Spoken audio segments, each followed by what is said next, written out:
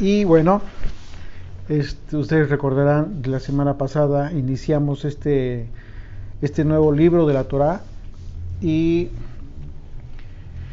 el libro de Éxodo pues es uno de los libros más apasionantes porque tiene que ver precisamente con el rescate de Israel. Una analogía en términos generales, la analogía profética relacionada con el segundo éxodo de todas las naciones, como lo anunció el profeta Jeremías. Así de que en esta ocasión nos toca el capítulo 2 y, y es en relación al nacimiento de aquella sombra profética de Yeshua, es decir, uno más.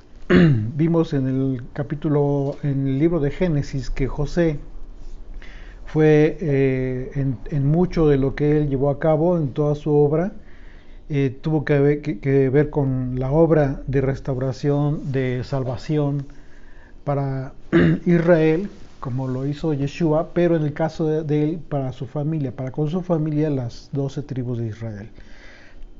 Y en este caso es Moisés, la sombra profética, que en el libro de Éxodo, precisamente en él se descarga toda una simbología profética impresionante desde su nacimiento. Desde su nacimiento vamos a ver cómo es que hay eventos en los que de alguna manera Yeshua pasó por las mismas circunstancias, solo que en el caso de Yeshua, pues bueno, el Hijo de Dios, que tiene que ver con un anuncio de todas las profecías y el cumplimiento precisamente, ve la salvación para Israel, pero a nivel ya del Israel disperso en todas las naciones del mundo. Pero antes de iniciar con nuestro estudio, pues vamos a consagrar este tiempo y este día también con una oración, por favor. Bendito eres tú, Señor, gracias te damos por este Shabbat que nos das, este día de reposo, para santificarlo, para acordarnos, Padre eterno, para, mi Dios, estudiar tu palabra, disfrutar este tiempo contigo, Señor. Te pedimos que toda la palabra que sea derramada quede guardada en nuestra mente y en nuestro corazón, que podamos entenderla, que podamos tener la revelación, Señor, de tu Hijo amado Yeshua. Gracias te damos, papito, por este tiempo, en el nombre y por los méritos de Yeshua. Amén. Amén. Bien, vamos al capítulo 2 del libro de Éxodo, por favor.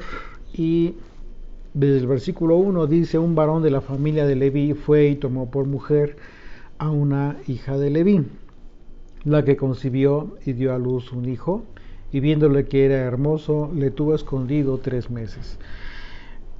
Se dice que la palabra hermoso en realidad tiene que ver con un aspecto sobrenatural que vio su madre y su padre, porque en el caso de Moisés, pues no fue el primero de sus hijos.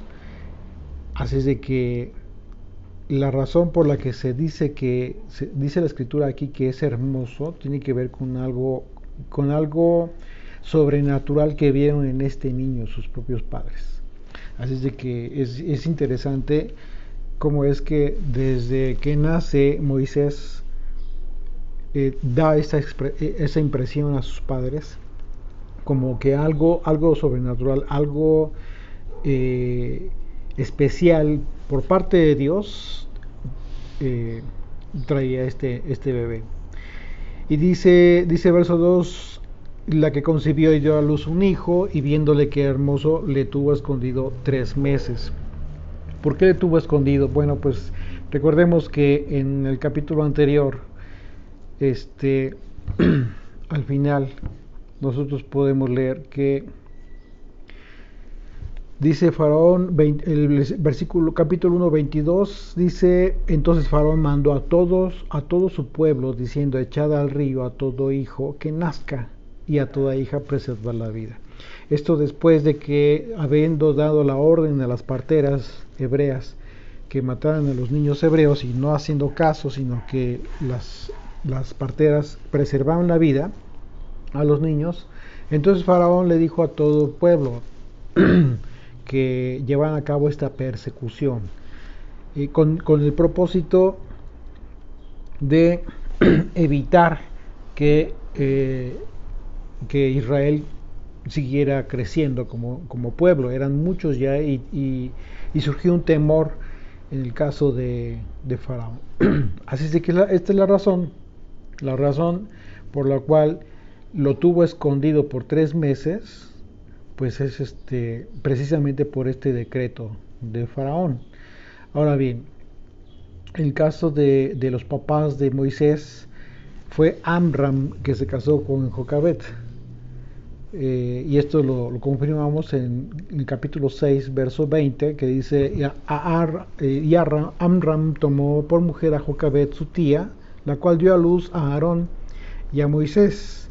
Y los años de la vida de Amram fueron 137 años. Así es de que hay otros pasajes de la Escritura en donde también se confirma que ellos fueron los padres de Moisés. Dice verso 3: pero no pudiendo ocultarle más tiempo, tomó una arquilla de juncos y la calafateó con asfalto y brea, y colocó en ella al niño y lo puso en un carrizal a la orilla del río. Este pasaje, el versículo 3, tiene en sí mismo tiene muchísima simbología muy importante. Vamos a estacionarnos aquí porque vamos a ver que no solamente el hecho de haber ocultado al bebé tiene que ver con algo, con una simbología relacionada con Yeshua, sino incluso esta arquilla que fabricaron también es muy importante. La razón por la que la madre de Moisés tuvo que esconderlo, pues bueno, ya lo vimos, tiene que ver con este decreto de Faraón, y ya no pudo esconderlo en su casa.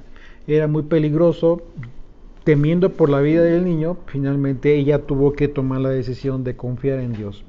Aquí vemos el tema, la conexión del tema de la palabra hermoso, que se dice, no lo dice en la Escritura, pero según varios comentaristas dicen que los padres vieron en este niño algo sobrenatural, algo que como una señal de Dios. Y que por esa razón se describe en la Escritura que era hermoso. Ahora bien, de la misma manera en que nosotros vemos cómo es que Moisés fue expuesto a un peligro de muerte por este decreto, poco después de su nacimiento, por causa del edicto de Faraón, de la misma manera Yeshua tuvo que ser rescatado de las manos de Herodes.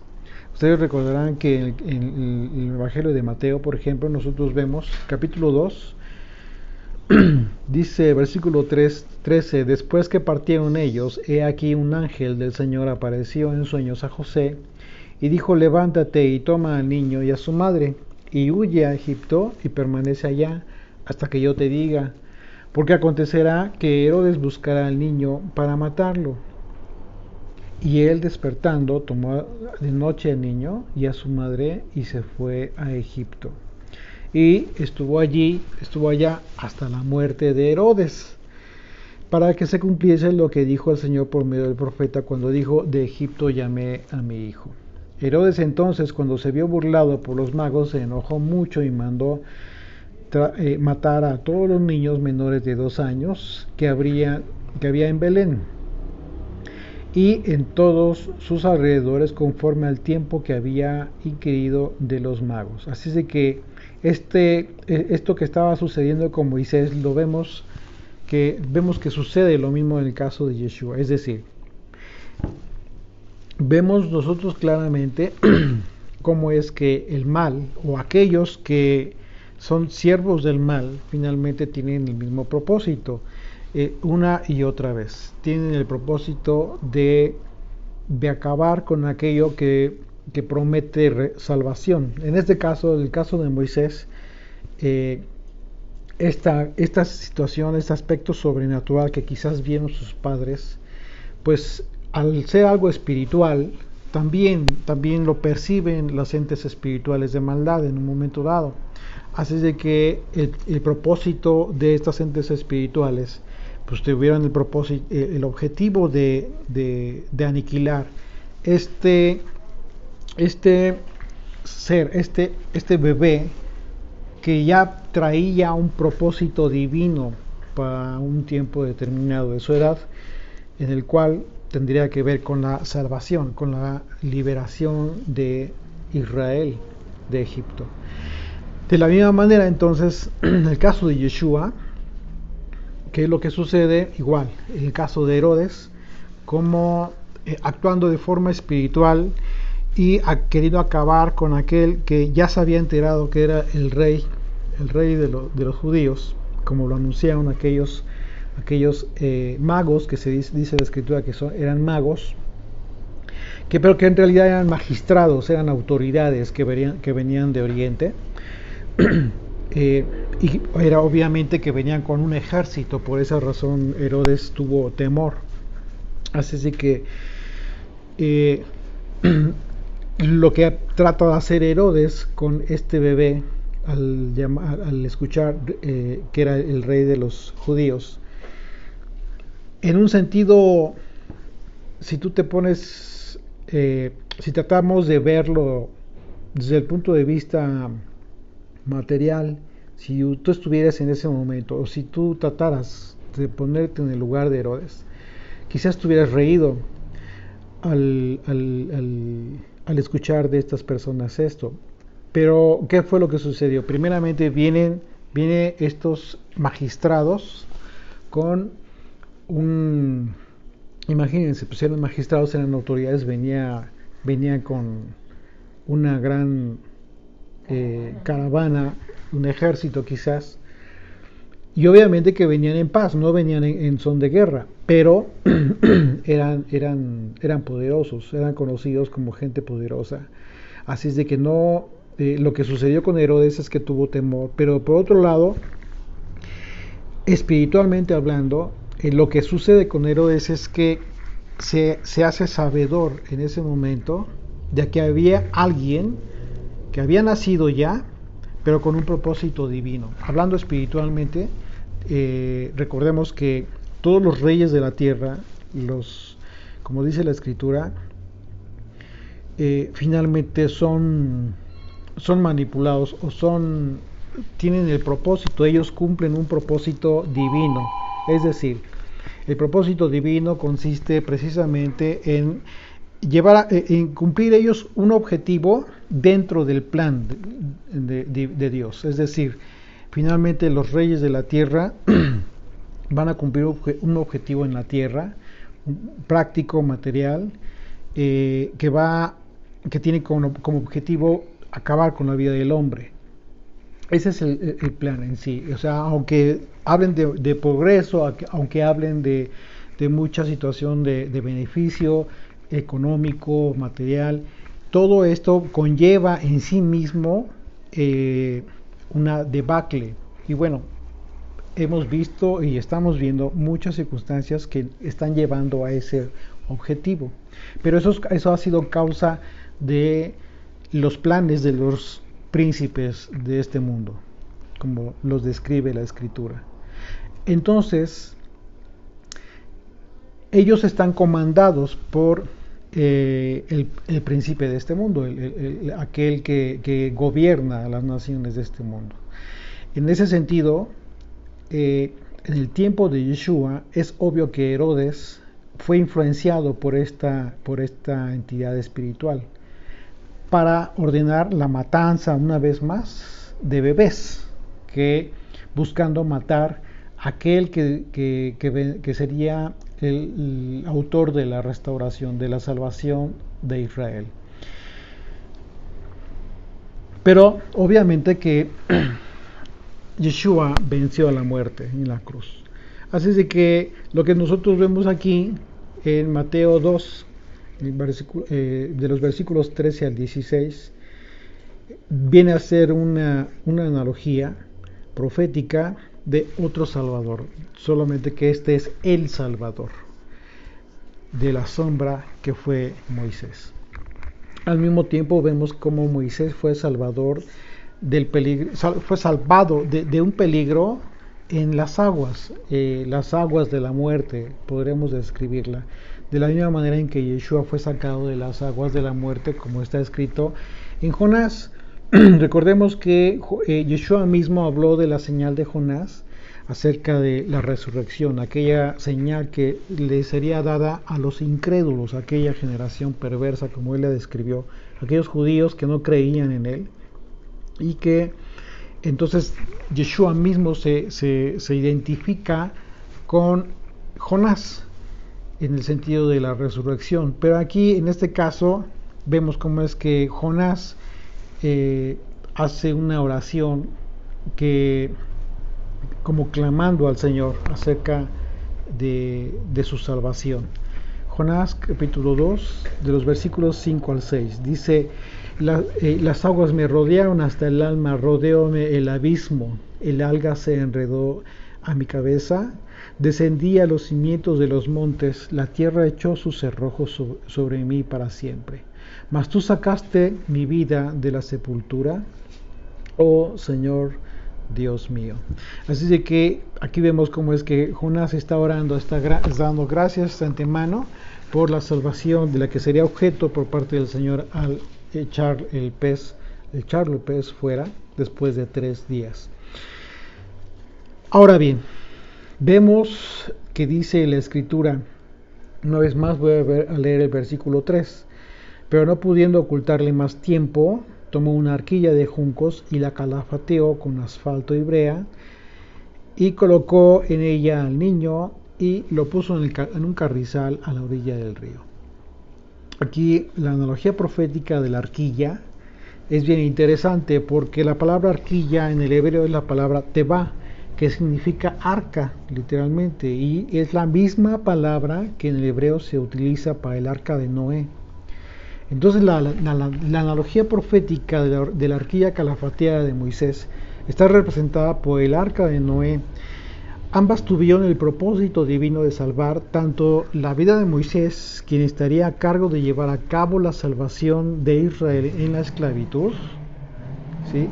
Y en el mismo sentido que Noé construyó un arca conforme a las instrucciones de Dios para salvación de quienes iniciarían una nueva generación en la humanidad después del juicio divino del diluvio. Ustedes recordarán que el Señor le dio instrucciones previamente al diluvio a Noé para que construyera esta arca, y precisamente se habla de cómo es que la iba a preparar, calafateada, con brea, precisamente para que pudiera cumplir este objetivo o este propósito de flotar en las aguas del diluvio. Por otro lado, vemos una otra analogía simbólica de la arquilla respecto a la misión que Dios le daría a Moisés. Dios, vamos a ver más adelante, que le va a dar una misión muy específica a Moisés relacionada con la salvación de Israel, la liberación de esta esclavitud. Moisés en la Biblia representa la ley de Dios, por haber sido el siervo a quien Dios le entregó su ley escrita para que se le transmitiera al pueblo de Israel.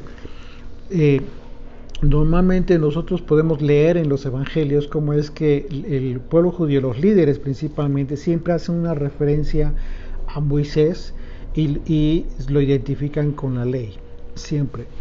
Así es de que Moisés en sí es representado por la ley, ¿ok?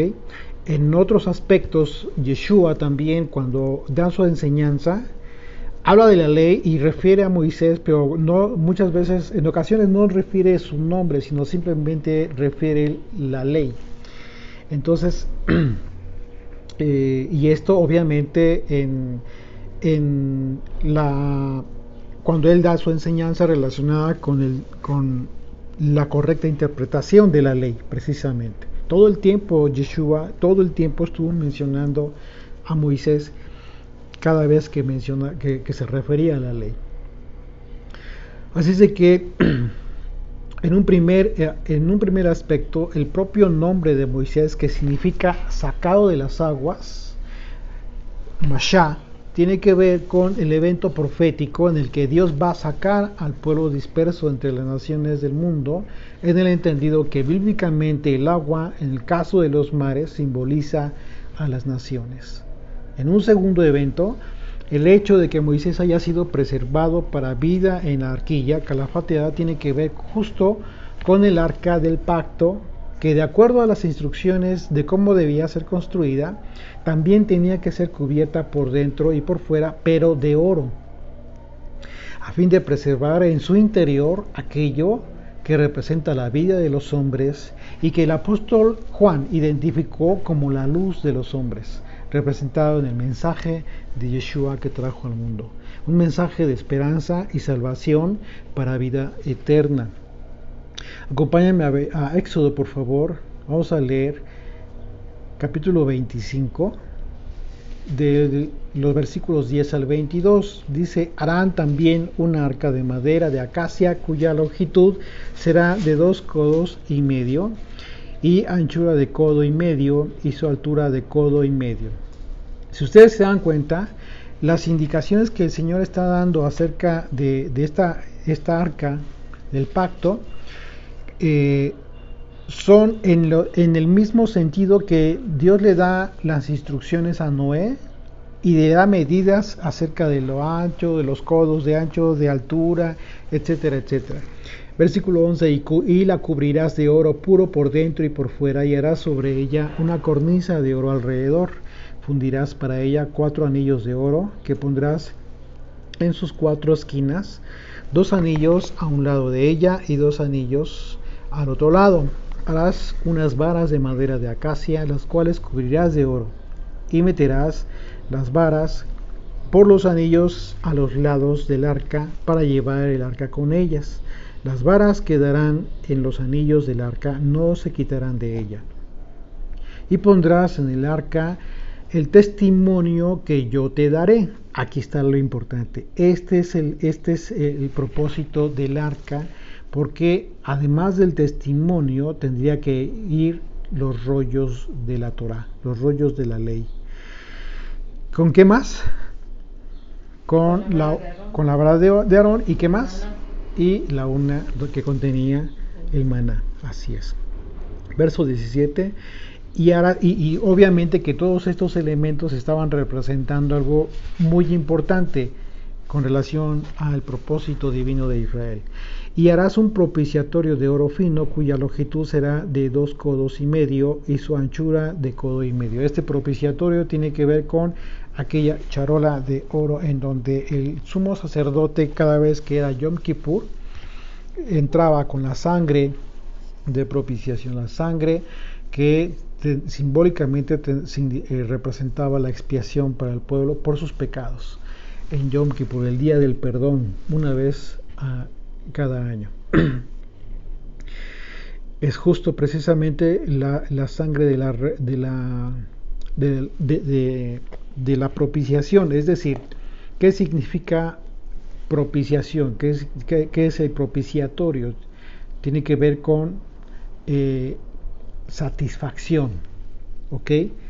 La satisfacción que se tendría delante de Dios para expiar los pecados por la sangre de un justo, en aquel entonces por la sangre de un animal puro. Pero en el caso de Yeshua, como que es lo que representa y es la razón por la cual iban a terminar los sacrificios y ya no hay sacrificios, es precisamente porque el sacrificio de sacrificios que llevó a cabo Yeshua llevó a cabo la expiación de los pecados del mundo. Fue la satisfacción, fue la propiciación por nuestros pecados, Yeshua en la cruz. Así de que continúa, verso 18 de Éxodo 25, dice: harás también 2 querubines de oro, labrados a martillo, los harás en los 2 extremos del propiciatorio.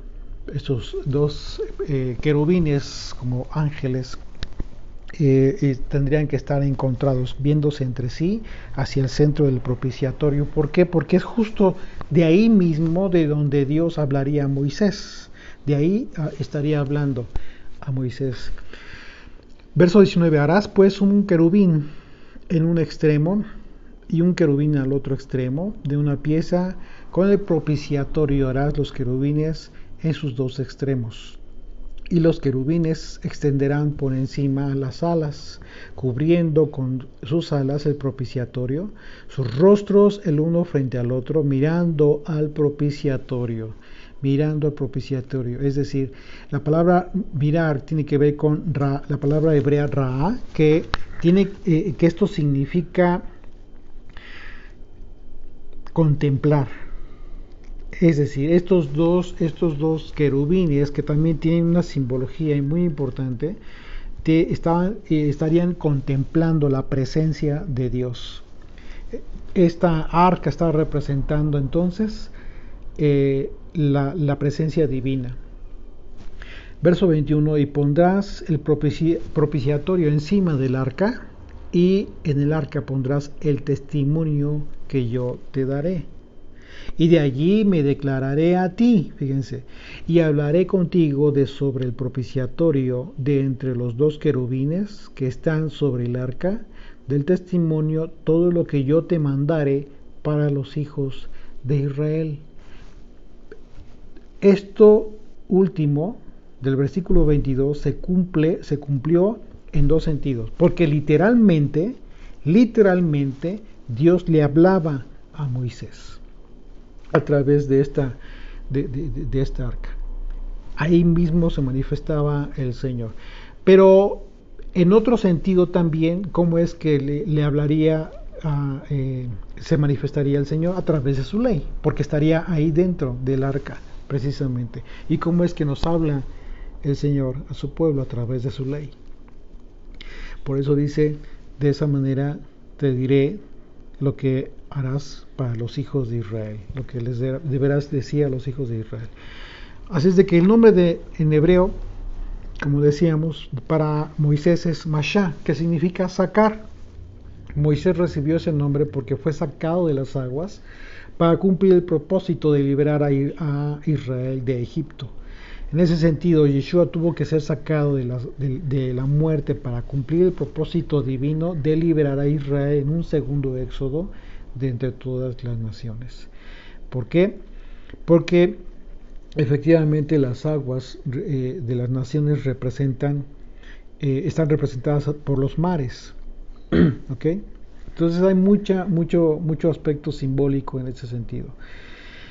Jeremías 16, 14, 15, la profecía que anuncia precisamente el segundo éxodo, dice profeta, no obstante, aquí vienen días, dice el Señor, en que no se dirá más, vive el Señor, que hizo subir a los hijos de Israel de tierra de Egipto, sino vive el Señor, que hizo subir a los hijos de Israel de la tierra del norte y de todas las tierras a donde los había arrojado, y los volveré a su tierra, la cual di a sus padres. Entonces, vemos que es muy importante todo el tema de la arquilla y lo que representa simbólicamente hablando. ¿Por qué? Precisamente porque en su interior iba Moisés, este niño que posteriormente sería representado por la misma ley que estaría en otra arca a través de los rollos de la Torá y el testimonio. Verso 4, y de ahí regresamos a Éxodo 2. Y una hermana suya se puso a lo lejos para ver lo que le acontecería. Y la hija de Faraón descendió a lavarse al río, y paseándose sus doncellas por la ribera del río, vio ella la arquilla en el carrizal. Y envió una criada suya a que la tomase. Y cuando la abrió, vio al niño, y he aquí que el niño lloraba. Y teniendo compasión de él, dijo: de los niños de los hebreos es este. Entonces su hermana dijo a la hija de Faraón: iré a llamarte una nodriza. Esta hermana es Miriam, la que estuvo pendiente de lo que sucedería con Moisés, con su hermanito. Dice: iré a llamarte una nodriza de las hebreas para que te críe este niño. O sea, fíjense el papel importantísimo que cumplió Miriam,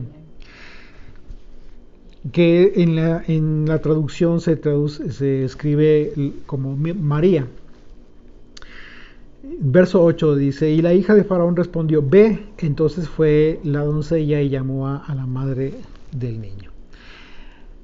A la cual dijo la hija de Faraón, lleva a este niño y críamelo y yo te lo pagaré. Y la mujer tomó al niño y lo crió. Y cuando el niño crecía, ella lo trajo a la hija de Faraón, la cual lo prohijó y le puso por nombre Moisés, diciendo, porque de las aguas lo saqué. Aquí está el sentido de su nombre. Y verso 11 dice, en aquellos días sucedió que crecido ya Moisés salió a sus hermanos y los vio en sus duras tareas y observó a un egipcio que golpeaba a uno de los hebreos, sus hermanos. O sea, aquí se encuentra Moisés con un problema, un serio problema. ¿Por qué?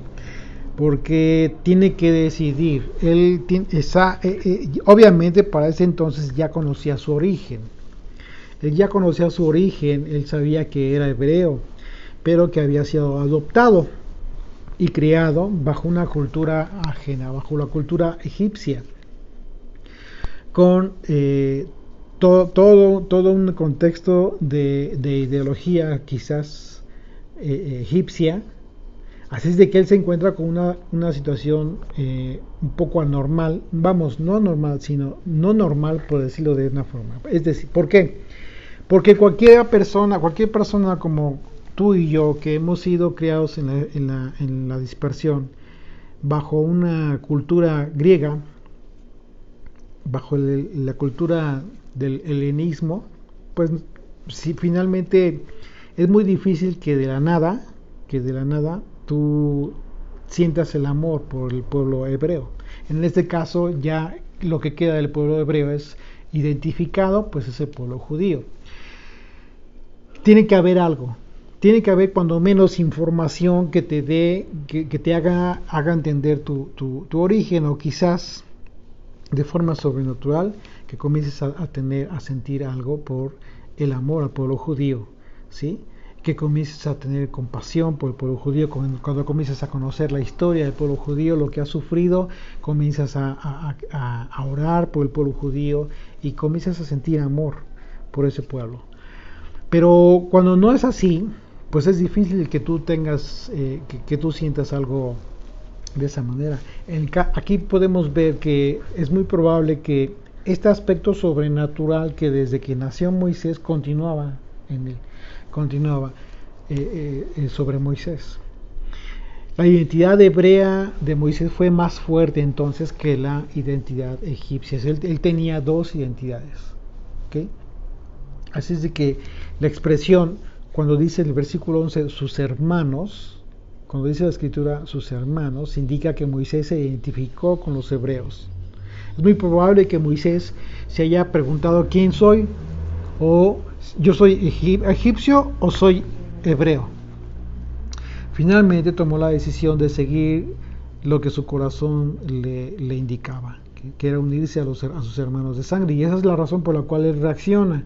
Esta misma experiencia la estamos teniendo, o la están teniendo muchas personas que, habiendo sido criados en un mundo gentil, pero que tienen un alma hebrea, en ese tiempo están sintiendo en este último tiempo, o en estos últimos tiempos, están sintiendo un fuerte impulso para salir del contexto en el que fueron criados,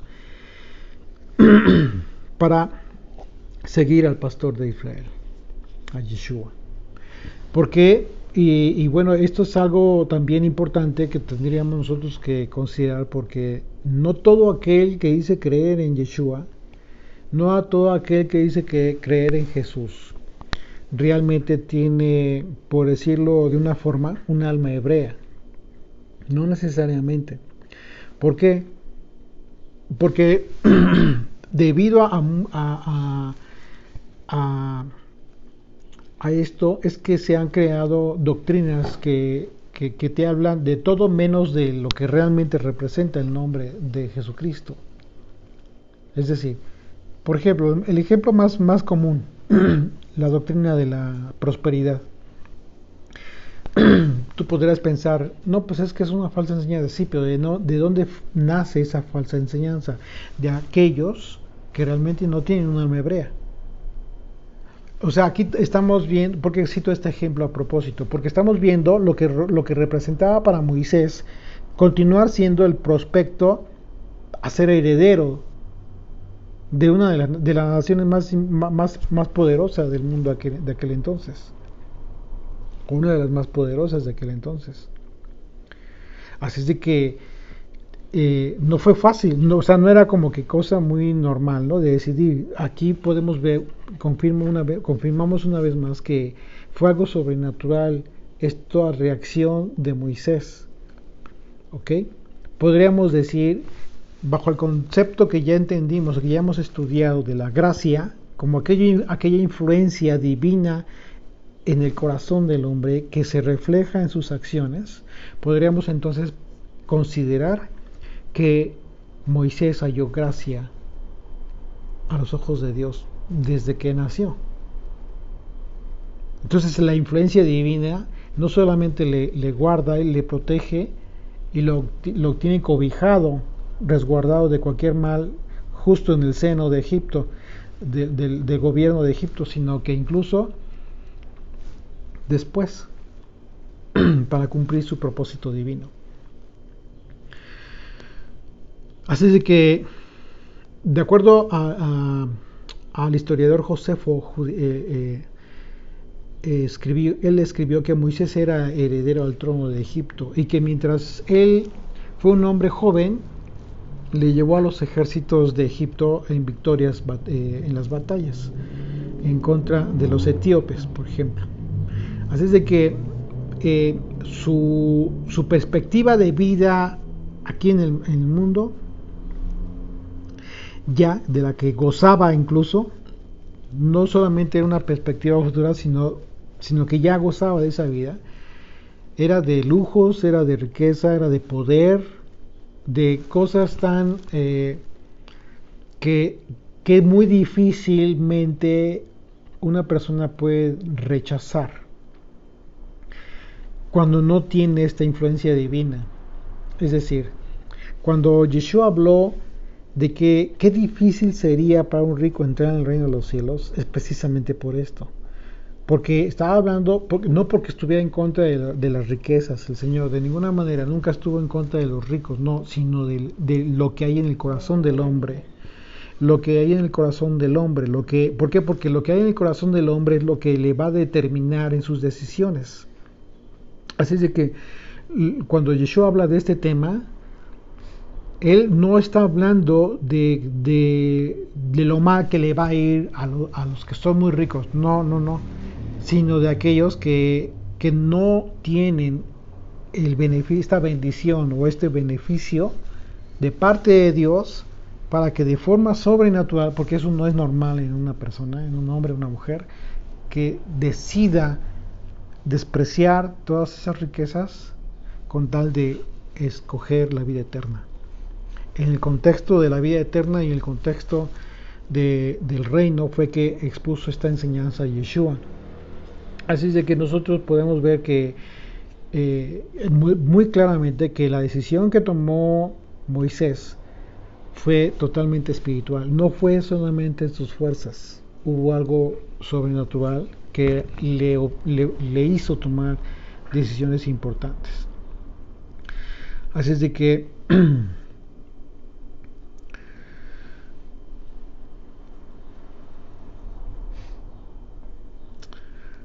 después de que Moisés mató al egipcio y que supo que Faraón le quería matar, él huyó. Si Moisés fuera a la región de Canaán, les voy a poner voy a compartirles, a ver si puedo compartirles una imagen.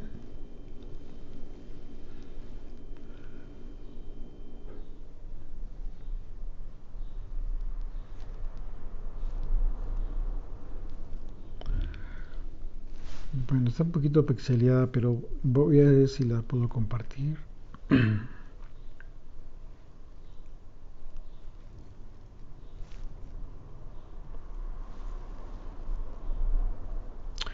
Ok.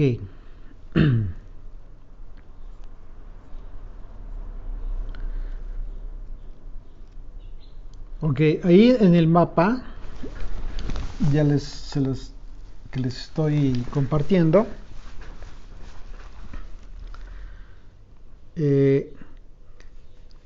Vemos cómo está Canaán y Siria hacia el norte, y Madián, que es el lugar donde huyó Moisés, está al sur. Si Moisés hubiera ido a la región de Canaán o a Siria, él no hubiera encontrado refugio, porque en aquel entonces había un tratado entre Ramsés II y el rey de los Eteos, al punto de que los fugitivos encontrados en el camino que llevaba hacia Siria sería arrestado y extraditado. Así que Moisés se fue al sureste, que es a Madián. La parte sur del lado derecho ahí de su pantalla, pueden ver el mapa. En esos días Madián tenía un área trazada en el este al oeste del Mar Rojo, tierra de la cual es hoy Arabia Saudita, y de Egipto al oriente del Mar Rojo. Después llegó a Madián y se casó con la hija de Jetro. Su nombre de Jetro era Reuel, que significa hijo de Elohim o hijo de Dios. Amigo de Dios, lo podemos ver como amigo de Dios. Y en el caso de Jetro tiene que ver con un título, es un título oficial que él recibía, porque al parecer era sacerdote de Madián. Y este fue el suegro de Moisés. Bien, verso 12. Entonces, es aquí cuando él toma la decisión. Moisés dice: entonces miró a todas partes, y viendo que no aparecía. Voy a leer nuevamente el versículo 11 para retomar. Dice: en aquellos días sucedió que, crecido ya Moisés, salió a sus hermanos y los vio en sus tareas duras, y observó a un egipcio que golpeaba a uno de los hebeos, sus hermanos. Entonces miró a todas partes, y viendo que no parecía nadie, mató al egipcio y lo escondió en la arena. Recordemos que para este entonces Moisés era guerrero, él andaba en batallas, así es de que no se le dificultó acabar con la vida de este egipcio. Ahora bien, comete homicidio Moisés, y en ese sentido hay quienes pretenden justificar este homicidio que cometió Moisés bajo el argumento de que Moisés actuó de acuerdo a un precepto divino en relación a la muerte de esa persona. Y esa supuesta justificación la argumentan en Génesis 9:6. Dice: el que derramare sangre de hombre, por el hombre su sangre será derramada, porque a imagen de Dios es hecho el hombre. Ese es el versículo en el cual se pretende justificar que Moisés hizo bien, que hizo justicia. Sin embargo, en el versículo siguiente vemos que el contexto en realidad tiene que ver con una prohibición a hacerse justicia o hacer justicia por su propia mano. Fíjense, el versículo 7 dice: mas vosotros fructificad y multiplicaos, procread abundantemente en la tierra y multiplicaos en ella. Es decir, el mandamiento es: no vas a dar muerte, no vas a matar. De hecho, es confirmado en Éxodo capítulo 20, cuando el Señor dio las 10 declaraciones ahí en el monte Sinaí. Dice literalmente: no matarás. Y no hay justificación, a menos que el Señor te lo ordene, como Él en muchas ocasiones vemos que ordenó la muerte de incluso pueblos enteros. ¿Por qué? Porque venían de una simiente corrompida. Entonces hay que entender esta situación. Aquí lo que sucedió con Moisés, porque no dice la Escritura, y si no lo dice la Escritura no lo podemos entender de una forma diferente, no lo podremos justificar. Si la Escritura dijera que Dios habló a Moisés y le dijo: dale muerte a este egipcio, sería diferente, ¿no? Como le dio la orden a Saúl, por ejemplo, para que fuera y matara a todos aquellos que se encontraban de determinada población, o a Josué, por ejemplo, ¿no? Que venían de una simiente corrompida genéticamente hablando. Entonces no podemos justificar la acción del homicidio que comete Moisés bajo ese precepto. ¿Por qué? Porque el contexto de ese precepto es la preservación de la vida. Por otro lado, se dice que Moisés mató a un egipcio, pero también no violó la propia ley de Egipto, de acuerdo a Diodorus Siculus, que fue un historiador griego del siglo I antes de Cristo. Él publicó una obra llamada Biblioteca Histórica, que consta de 40 volúmenes. En el primer volumen habla de la historia y cultura de Egipto. En ese volumen él describe este aspecto, lo que sucedió con Moisés, y dice: Moisés no violó la propia ley de Egipto, por lo cual no se podría explicar por qué Faraón quería matarlo. ¿Ok? Así de que, pero bueno, aquí estamos hablando de otro aspecto, porque hablamos de una ley secular, una ley del gobierno del hombre, que no tiene que ver con la ley divina. ¿Ok? Así de que no podríamos nosotros justificar la acción de Moisés. Moisés, como con muchos, se equivocaron, como muchos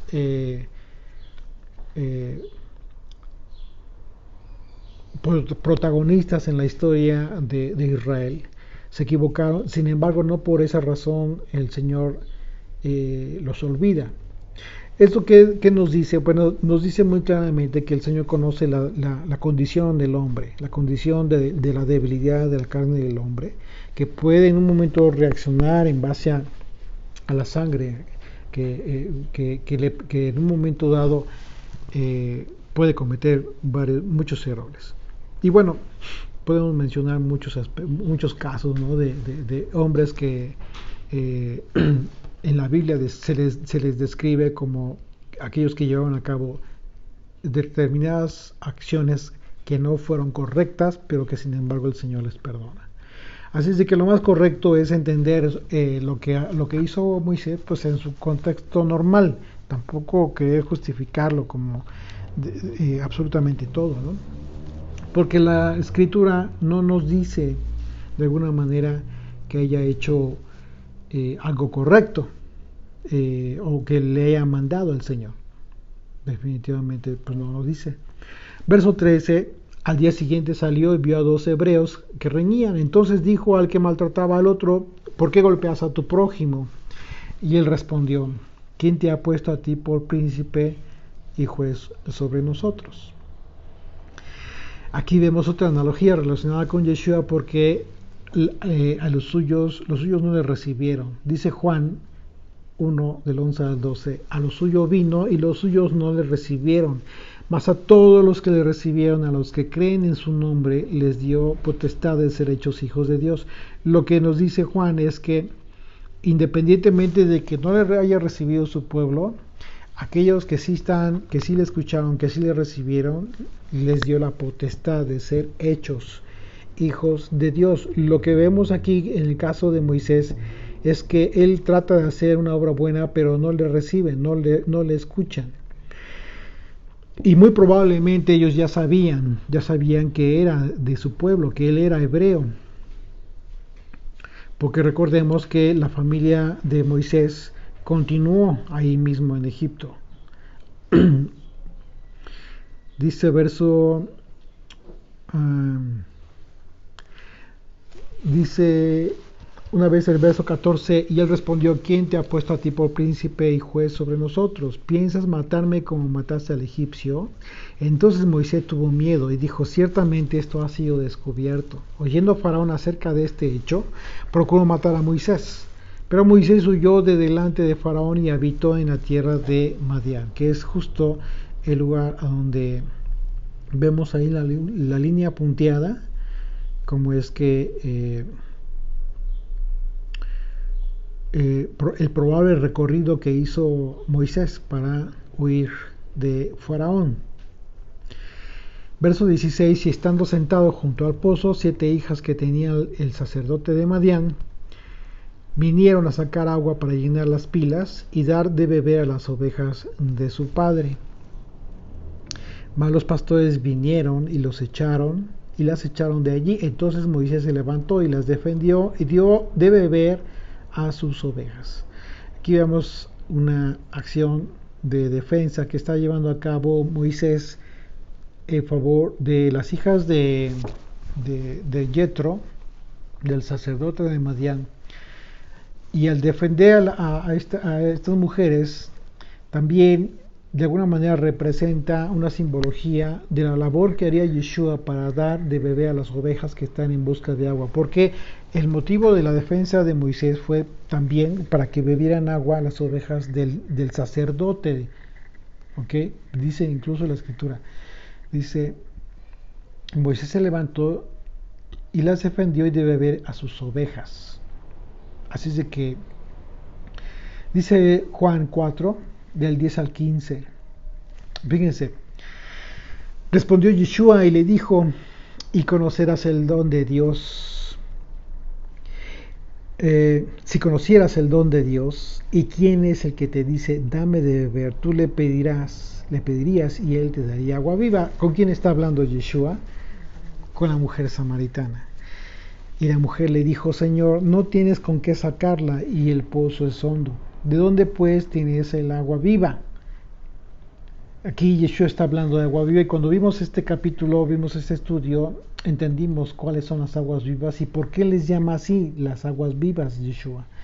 ¿Acaso eres tú mayor que nuestro padre Jacob, que nos dio este pozo, del cual bebieron él, sus hijos y sus ganados?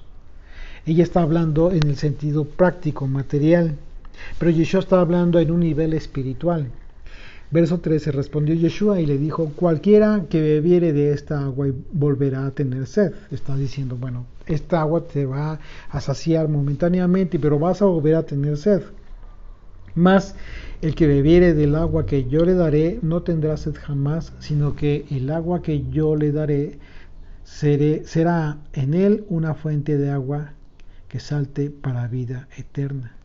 La mujer le dijo, Señor, dame esa agua para que no tenga yo sed, ni venga aquí a sacarla. Ella continuaba en un plano material, sin entender todavía a profundidad las palabras de Yeshua, que estaba hablando precisamente de lo que representa Moisés. ¿De qué estaba hablando? De la ley. Yeshua estaba hablando de la ley. Es decir, Yeshua estaba hablando de Moisés como el agua que salta para vida eterna. Lo que vemos aquí es que en Éxodo, capítulo 2, es que Moisés, como representante de la ley, lo que hace es darle agua a las ovejas, darle lo justo, lo correcto a las ovejas para que tengan vida. Verso 18, pero para eso tuvo que haber defendido a estas mujeres que eran pastoras. ¿Ok? Verso 18, y volviendo ellas a Reuel, su padre, él les dijo, ¿por qué habéis venido hoy tan pronto? Ellas respondieron, hoy un varón egipcio nos defendió de mano de los pastores y también nos sacó el agua y dio de beber a las ovejas y dijo a sus hijas, ¿dónde está? ¿Por qué habéis dejado a ese hombre llamarle para que coma? Y Moisés convino en morar con aquel varón y él dio a su hija Séfora por mujer a Moisés. Y ella le dio a luz un hijo y él le puso por nombre Gersón. Gersón en el hebreo es Gershon, que significa refugio. Literalmente significa refugio, pero viene de la palabra garash en el hebreo, que significa expulsar o expatriado, haber sido expulsado. O sea, lo que está haciendo, lo que está representando el primer hijo de Moisés es la acción de la que él fue objeto, es decir, haber sido expatriado por causa de la persecución de Faraón, porque lo mataron. ¿Okay? pero al mismo tiempo encontró refugio. Eso es lo que representa el nombre Gersón. Porque dijo: forastero soy en tierra ajena.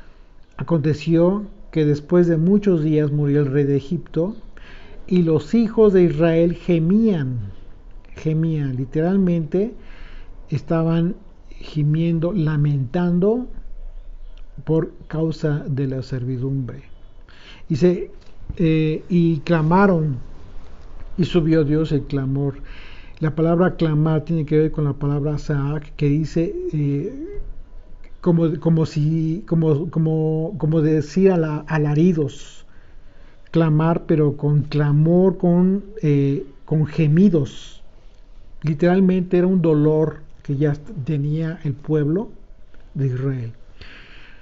Si, de acuerdo a la analogía profética que ya en reiteradas ocasiones hemos visto, que representa este primer éxodo, lo que va a suceder a cargo de Moisés para liberar a Israel de Egipto, si es lo que en un momento dado representa como una sombra de lo que vendrá, de lo que estamos próximos a vivir, que es un segundo éxodo de todas las naciones del mundo, como lo dijo Jeremías. Y si eso es una analogía, y si estamos viendo que en el primer éxodo, para que comenzara a escuchar a Dios la necesidad de salir de este Egipto, de esta servidumbre, el primero, tuvo que clamar el pueblo. ¿Qué es lo que crees que tenga que suceder para que Dios escuche hoy, para que nos saque, para que se cumpla la segunda parte de la profecía de Jeremías, que habla de liberar a su pueblo del norte y de todas las naciones a donde Él los ha arrojado? Precisamente el pueblo tendrá que clamar nuevamente. Si tú estás muy cómodo, si tú estás muy tranquilo, estás como los egipcios. Recordemos, en aquel entonces estaban los egipcios y estaba el pueblo en opresión. Estaba Israel. Los egipcios estaban tranquilos, ellos no tenían ningún problema. Ellos estaban gozando de todos sus beneficios materiales que tenía la nación, una nación próspera, etcétera. Así es de que ellos no tienen ningún problema. Pero hay quienes están clamando hoy en día, como en aquel entonces, clamaron, gimieron, se dolieron de la situación en la que estaban viviendo. Hoy en día están estos dos grupos igual de gente. Unos que están muy cómodos en sus vidas, que están muy tranquilos, que están con proyectos bien felices, bien contentos, pensando que están haciendo como que un paraíso aquí en la tierra, y se están desenfocando de la realidad. Cuando hay otros que claman.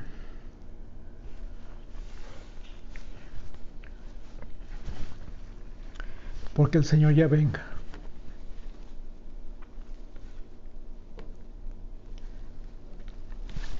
Estos dos grupos se repiten, pero hasta que no clame Israel, porque aún falta mucho pueblo todavía.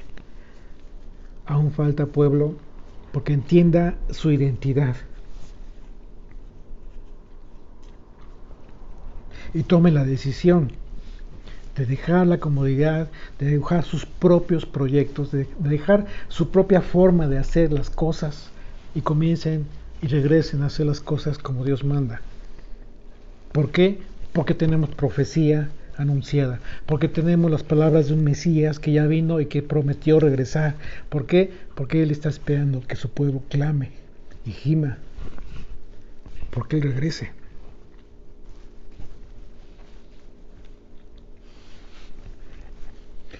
Y oyó Dios el gemido de ellos y se acordó. La palabra acordó no significa que el Señor se olvidó de su pueblo. La palabra acordó en el hebreo es la palabra sacar, que significa estar marcado. Dios marcó a su pueblo desde los patriarcas. Así es de que el hecho de ser marcado simple y sencillamente confirma el hecho de que Dios estaba esperando a que su pueblo clamara, que acudieran, que le pidieran al Señor que ya regresara, que los recogiera, que les sacara de esa servidumbre. Hoy el mundo representa a Egipto. Bíblicamente hablando, representa a Egipto. Y el Señor se acordó de su pacto con Abraham, Isaac y Jacob. Y miró Dios a los hijos de Israel y los reconoció el Señor. Señor, te damos gracias por este tiempo. Gracias, Señor, por tu palabra, por todas las cosas que nos enseñas, que han sucedido y que también han de suceder, Señor, a fin de que tus planes divinos se cumplan, no solamente en la vida de tus hijos, sino de toda tu creación. En toda tu creación está esperando, Señor, la manifestación de los hijos de Israel, en clamor, en súplica, para que tú regreses, Señor. Tratamos de hacer lo mejor y tratamos de estar felices en este tiempo, pero nuestra alma clama, Señor, para que tú regreses. Nosotros vemos la necesidad y la aflicción en la que se encuentra el mundo, pero hay quienes no les importa. Hay quienes piensan que pueden continuar con sus vidas como si nada pasara. Esta misma diferencia se vivió en aquel entonces. Pero tú harás la diferencia, Señor, y te manifestarás nuevamente con poder y gloria, como lo hiciste en Egipto. Hoy lo harás también en todo el mundo. Y los que tenemos necesidad de ti, Señor, te clamamos y rogamos, Señor, que ya regreses, que envíes, Señor, a tu Hijo amado, aquel que cumplirá las profecías en su plenitud, a fin de restaurar a Israel, de salvarle de este Egipto, Señor, en el que nos encontramos. Te damos gracias por la esperanza, bendito Dios, esta maravillosa esperanza que es justo lo que nos da la alegría, lo que nos da la motivación de seguir adelante, porque es justo la resurrección de tu Hijo amado, la que confirma toda nuestra esperanza de tener una vida eterna a tu lado, Señor. Gracias por esta hermosa promesa, por esta hermosa bendición que nos permites tener, visualizar y sentir en nuestras propias vidas. En el nombre de Yeshua. Amén.